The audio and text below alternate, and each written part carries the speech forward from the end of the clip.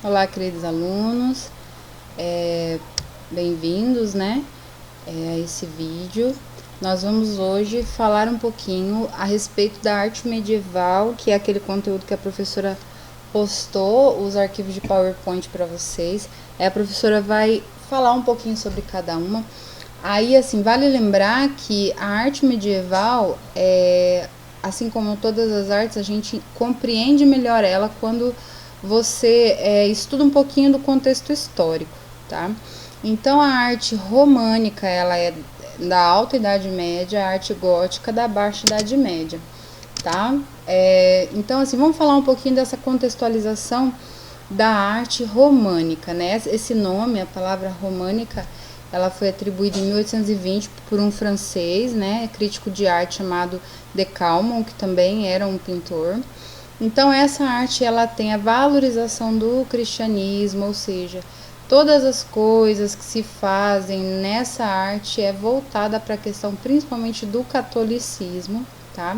Que no caso aí na época era a única vertente de cristianismo que existia na época. Então tudo era no período medieval para Deus e em nome de Deus, por isso que a gente chama de teocentrismo, tá? Aí essa arte ela aconteceu aí mais ou menos aí no século de 10 a 13, né?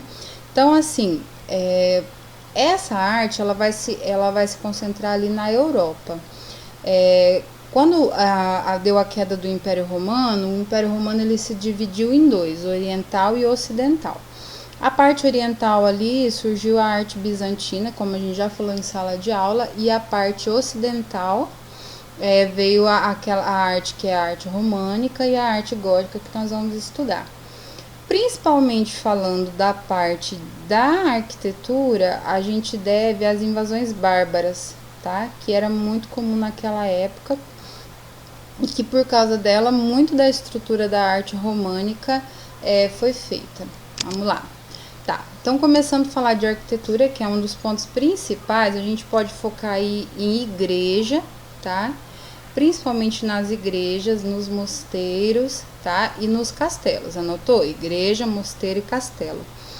Aí, assim, gente, as igrejas, elas eram assim, em formato de cruz, né? Por quê? Porque no início, lá no início da arte paleocristã, que a gente estudou no ano passado, os romanos, eles deram para o cristianismo, a título sim de um pedido de paz, né, eles deram as basílicas, lembram? Então as basílicas elas eram locais de fazer reunião, de ponto de venda e tudo mais, e essas basílicas elas eram nesse formato aqui, ó, uma nave cortada pelo transepto. E aí depois eles continuaram construindo as novas basílicas nessa mesma estrutura, até mesmo porque para o cristianismo tinha uma simbologia, que era a simbologia da cruz, da libertação de Cristo e tudo mais, tá? Aí aqui nós temos o exemplo da planta, né, de como era a estrutura da igreja românica e também um pouquinho de como era o teto, né? O teto, ele era feito por esse arco, né? Ele tinha uma predominância desse arco de 180 graus no teto, tá? Olha aí, uma frente, né, de uma igreja românica. Uma coisa que para você localizar uma igreja românica, assim, visualmente você já entender que é uma igreja românica. Você vai olhar, sempre as janelinhas, elas têm esse arco de 180 graus, né, as portas também esse arco de 180 graus, e ela é uma pedra, assim, bem bruta, rústica, tá? Tanto por fora quanto por dentro, essa estrutura bem rústica e bruta, tá?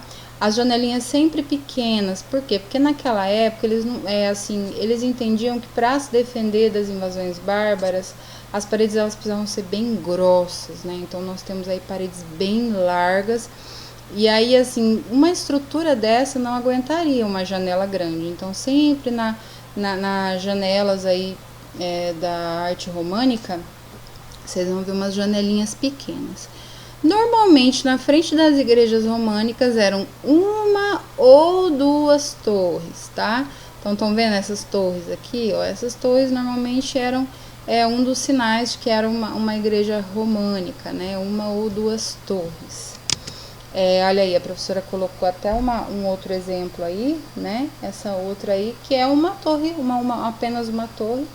E às vezes a igreja até nem tinha torre, como se ela fosse uma igreja mais simples, né? Ela tinha apenas essa estrutura aqui, ó, só essa frente aqui sem a torre. Normalmente essa torre era utilizada para colocar o sino, e o sino ele era o responsável por avisar os fiéis na hora da missa. Olha aí, duas torres, né? Essa igreja aí da Espanha. Vejam que sempre numa estrutura bem rústica, uma porta frontal e as janelinhas pequenas. Isso é bom gravar, tá? Isso daí nós temos aí em Gerona, né? Olha a estrutura aí, essa daqui é uma basílica, que é a estrutura traseira dela, ela é bem mais assim. Então nós vamos ter na arte românica uma série de igrejas, umas mais simples, outras mais elaboradas. Olha aí, ó, outra na Itália, né? Uma torre, só que a torre está do lado, né? Ela tem a torre. Mesmo aquela estrutura rústica, janelinha pequena, uma porta frontal, porém a torre está do lado. E a mais famosa aí das igrejas românicas é a Catedral de Pisa, na Itália, tá? Isso aqui para vocês verem, vocês já devem ter ouvido falar dessa catedral, que é a catedral que tem a torre, a parte, só que a torre ela entortou. Já ouviram falar? Então, esse entortado aqui da torre se deu por causa do terreno. Eles construíram e com o passar dos anos a torre foi inclinando. Para frente, eles perceberam que a torre começou a fazer sucesso inclinada assim, mas se eles deixassem a torre desse jeito, a torre com o tempo ela ia cair. Então, o que eles fizeram? Mesmo depois de já haver uma possibilidade de corrigir o desnível dessa torre, eles só fizeram uma estrutura para segurar a torre e deixar ela como está, porque afinal de contas, né, todo mundo gostava de ir nessa catedral justamente por causa da bendita torre inclinada, né? Então hoje ela é assim proposital, eles deixaram ela desse jeito por causa que ela virou ponto turístico ali da Itália, né? Aqui, ó, a gente tem um batistério, que é um local onde eles batizavam as crianças. Aqui é a parte assim, a gente tem uma visão de lado, né, uma visão panorâmica aí da Catedral de Pisa. Aqui, ó, em cima, podem ver que ela tem aquela estrutura em formato de cruz, como a professora falou no começo da aula, e aqui a parte traseira da igreja. Normalmente, algumas igrejas elas tinham essa parte traseira arredondada aqui, lá no fundo da igreja. Era um clássico aí das igrejas românicas. Aí eu coloquei essa parede aqui para mostrar para vocês o quanto que a estrutura da parede românica ela era uma estrutura bruta, né, e a necessidade de uma parede larga. Olha essa parede aqui, ó, olha bem como ela é a estrutura dela precisava ser larga, por quê? Para resistir todo esse amontoado aí. Normalmente as igrejas, as românticas, elas são bem largas, né? E aí assim, uma coisa interessante é que além da questão da igreja ter uma parede bem larga, ela precisava de ter esses pilares no meio para que ela não viesse a se romper, né? Então esses pilares eles eram feitos aí com esses arcos de 180 graus e distribuídos em toda a igreja, dependendo da estrutura da igreja, do tamanho da igreja, ele era distribuído. Então assim, quando a gente vê os filmes do período aí medieval, que tem essas igrejas, elas soam assim, bem assim, com tom de parece filme de terror. Por quê? Porque nesse período ela não era bem iluminada, né? Como as janelinhas eram pequenas, para ter uma iluminação, principalmente na parte da noite, eles precisavam usar muitas velas.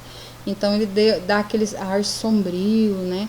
Por isso que muita gente usa como se fosse uma questão de filme de terror. Se você já assistiu O Nome da Rosa, O Nome da Rosa vai mostrar uma estrutura de igreja dessa forma, e vocês vão ver que tem uma aparência bem sombria, principalmente no período da noite, porque era uma igreja que não tinha muita estrutura para entrar a luz do sol dentro dela, tá?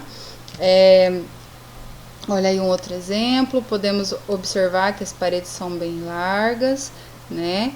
A estrutura das janelas bem pequenininhas, bem rústica, né? A professora está mostrando vários exemplos para dar para vocês condição de vocês olharem e conseguirem identificar uma igreja românica. Podem ver que ela é bem simples, sem muito frufru, sem muito enfeite, sem muita pintura. O básico dessas igrejas na questão da pintura, apesar que a gente vai falar daqui a pouco, são os mosaicos aí na parte ali da frente, onde que o padre fica, né? Então a base deles são esses desenhos aí. Olha lá, paredes largas, estão vendo as paredes bem largas? Tá. Uma outra coisa para a gente identificar uma igreja românica são esses tímpanos, que a gente chama de tímpanos, né? Que é essa estrutura que ela, na pedra, ela é feito esse degradê, né? Então ela começa pequenininha e aí eles vão esculpindo na pedra de forma que vai abrindo e assim a ideia, a sensação que você tem visual de fora parece que a porta ela é muito maior do que realmente é. Né? E nesse tímpano eles aproveitavam para fazer alguns desenhos, esculpir algumas estruturas aqui de escultura, né?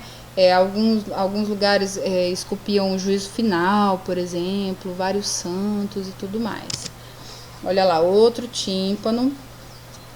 Quando a porta era muito larga, mais larga do que o comum, eles não podiam fazer a porta muito larga, porque senão a estrutura não aguentava, ela cedia, né? Então eles colocavam um pilar no meio, olha aqui, tá vendo? Esse pilar aqui, ó, no meio da porta, é justamente para a porta não se romper. E vale lembrar que nas igrejas românicas não tinha escultura, né? A escultura ela perde aquele foco que os gregos, que os romanos tinham lá no período antigo, aquele foco, aquele destaque.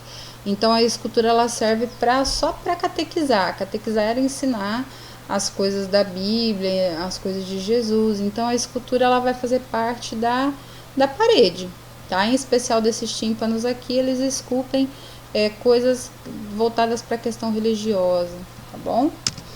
Olha aí, mais umas mais simples, umas mais elaboradas, dependendo do local, né, e do artista que fazia.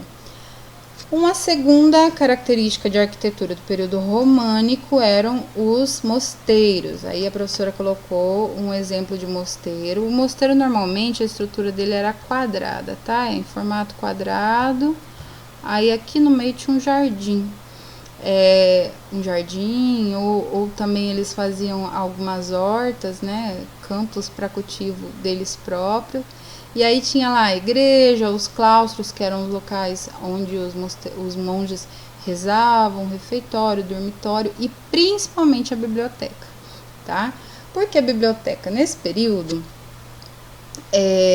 assim, não se tinha... o período medieval, eles cortaram essa questão de escola, né? Então, assim, as pessoas não tinham acesso, né, à escola.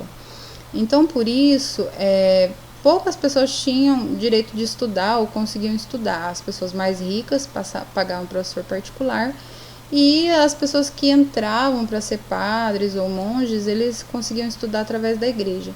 E aí que a igreja católica, por virar governo nesse período, ela dominou muito do conhecimento. Então, as bibliotecas eram como verdadeiros tesouros, aí onde eram guardados todos os livros que se tinha não só de referência religiosa, mas de conhecimento geral, eram assim protegidos como ouro. Tanto é que tem, se você vê esse filme que a professora indicou, que é O Nome da Rosa, você vai ver que era possível, por exemplo, eles colocavam veneno nas entradas,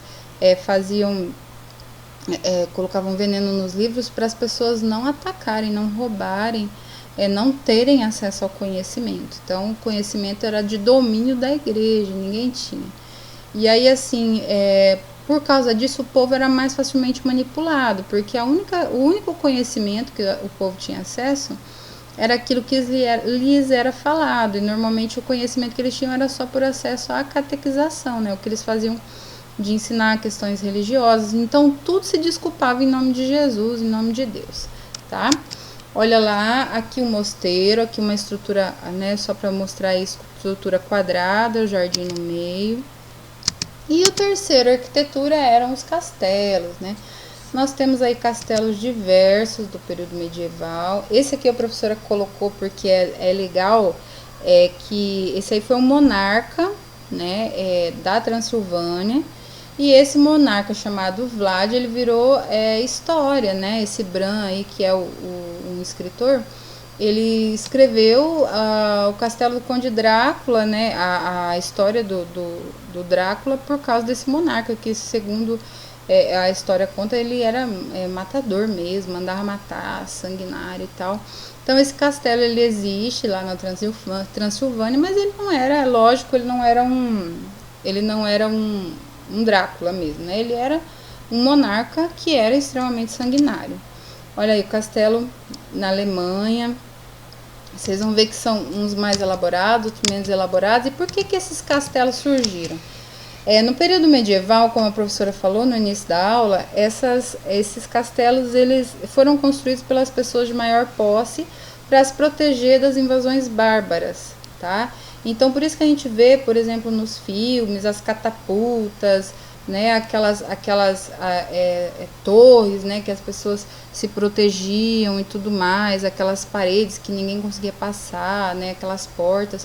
Por quê? Porque os bárbaros eles entravam nos locais e eles matavam, estupravam, roubavam. Então os mais ricos se protegiam como podiam. Os pobres que não podiam construir grandes estruturas, na hora que tinham invasão bárbara, eles entravam dentro da igreja, o padre fechava a porta e tentava proteger o povo, mas nem sempre isso acontecia com sucesso, né?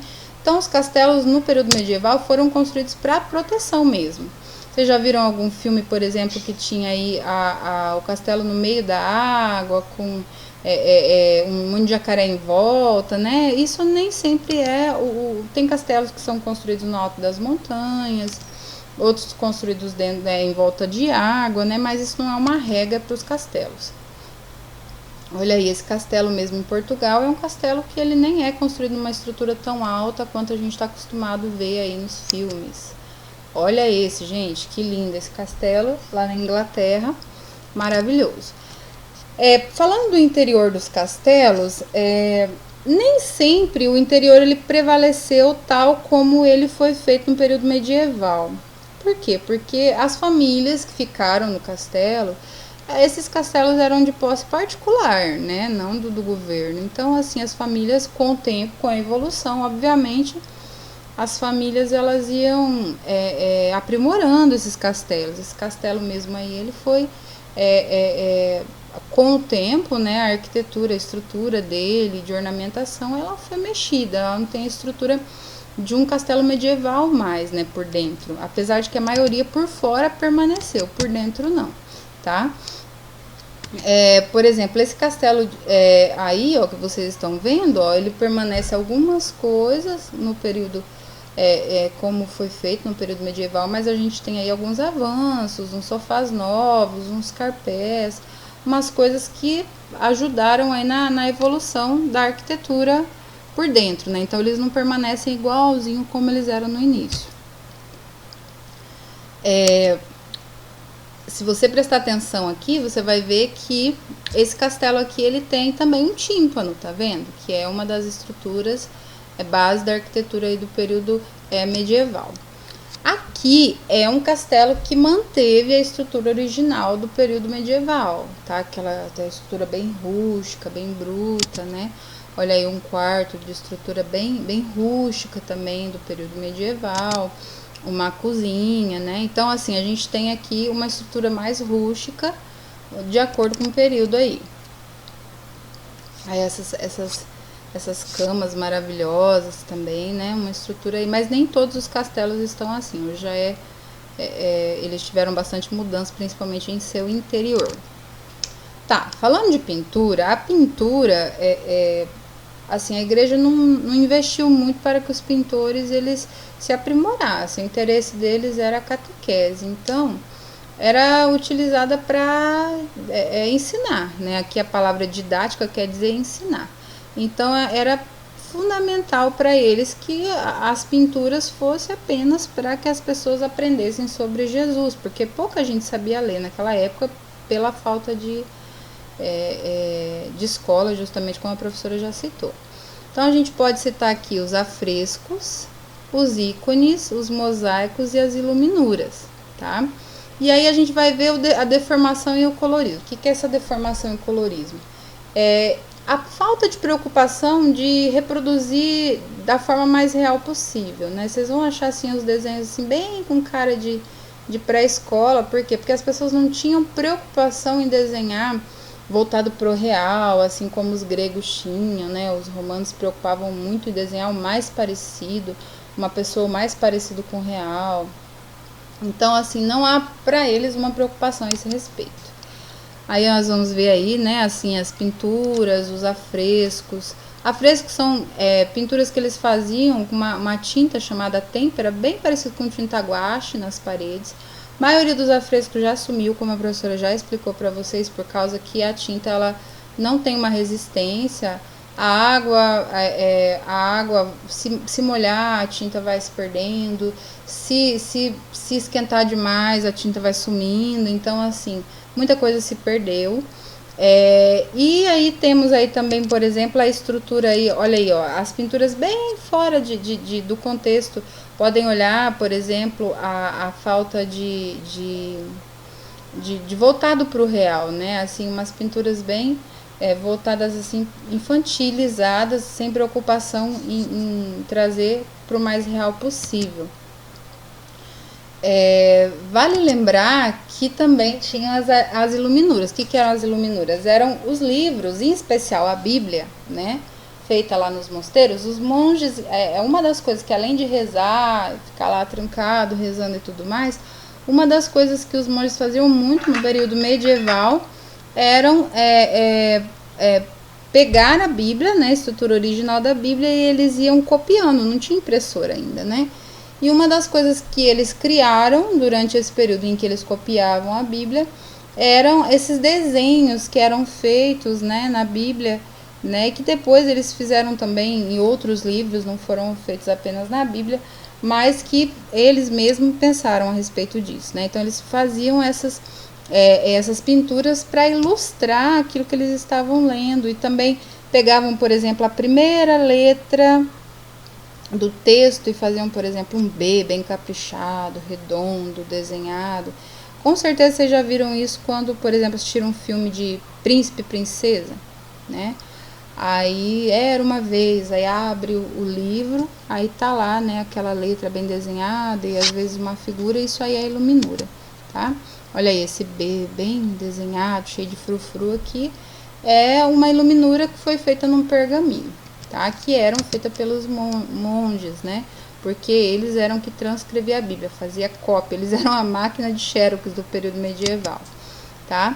E como eu já expliquei, as esculturas elas perderam importância, só faziam parte da arquitetura e apareciam para catequizar. Um dos motivos que a igreja meio que excluiu a escultura como forma solitária é porque os gregos e os romanos eles davam muita ênfase na escultura, né? Eles meio que idolatravam as esculturas, então a igreja queria meio que tirar isso, né, do povo, esse hábito do povo. Então eles só esculpiam na pedra das paredes mesmo, né? Aí eu mostrando para vocês novamente os tímpanos, que eram aquela estrutura em cima da porta na abertura da entrada da igreja, né? Que tinham aí uns mais estruturados, como esse aí que a gente pode ver, e uns mais simples. Eles também faziam alguns, não era regra, mas algumas igrejas também nos pilares eles esculpiam também, faziam algumas esculturas, ok? Agora nós vamos para a segunda parte da aula, que é a arte gótica.